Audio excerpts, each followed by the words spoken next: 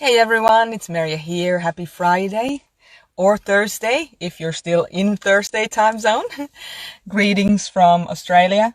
It's great to be here with you today for this live Q&A, and we will get to our questions shortly.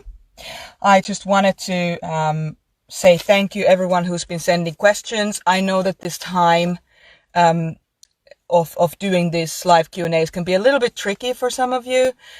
So if, I get that people can't necessarily come in for the whole session or every week or so on. So we're just in the process of reviewing how we're going to continue doing some live Q&As or some questions and answers in the meantime. Hey, Matthew, good to see you here. You're always here. Always appreciated. Good to see you. Okay, so today we have a good few questions, good questions, I thought. And again, thank you very much, everyone, for your patience in waiting to do this Q&A, because as you might know, I've been re-recording the new 4 People Within course, and the old course was about 5.5 hours long. And this new course is, I'm about just over halfway through, and it is already over 8 hours long, the raw material. So yeah, it's going to be a big one. So I hope you'll join us in doing that Myers-Briggs based work when it's ready. And we'll be doing a launch party for it. So we'll let you all know when it's on. I'm really looking forward to it. Okay, first question for today. I'm the only intuitive INFP in my family of extroverted sensors. I am in my late teens. Thank you for asking this question. There's my mom and dad and my 2 elder brothers and me, and my younger sister. I was always told that I should smile more, join in with others, and be generally more outgoing.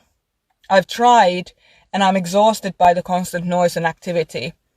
I look at them and sometimes I don't feel quite like I belong in this family. What can I do to understand them and get some peace and quiet? Well, thank you for asking this question. This can be really tough because, as an intuitive person, sensory activity can be very, very tiring. The sensor, as an intuitive person, the sensor part of you is one of your inner children. And if you look at your inner children, you look at your 3-year-old inner child, you should only do, if that happens to be your sensor, which in your case it's not because you're an INFP, but if your 3-year-old inner child was a sensor, you could only do like 5 to 15 minutes of sensory activity at a time before it starts taxing that part of you a lot more. And for you as an INFP, because your sensor is inward facing and in the 10-year-old inner child position, anything over half an hour when it comes to sensory activity, if you haven't chosen it, can be very jarring. So it's completely understandable that you are feeling this way. The other thing too is, if you're the only introvert and the other people are extroverted in nature, it is also more taxing for you to be outward oriented. So I just want to validate your perspective and just to say, look, yes, you are in fact going to have a struggle with this. Now, you were asking, what can I do to understand them and get some peace and quiet? Just if you can understand, which I think you probably already can, that these people sensor outward facing, extroverts and sensors tend to gain energy from those kinds of activities, and you gain energy from inward facing activities that are intuition based, not so much necessarily body based. That might help you just to understand that there's actually nothing wrong with either one of you, like your types or the outward facing sensors. There's nothing wrong with that. It's just how you're gathering more energy, kind of life energy into yourselves. So that's all good. But also, you were saying, how can I get some peace and quiet? I don't know if your parents would be open to you just explaining to them that you've done some testing to do with, personality psychology and personality types, and that you are in fact inward oriented, which means that as an introvert you gain more energy by doing quiet things within your own space.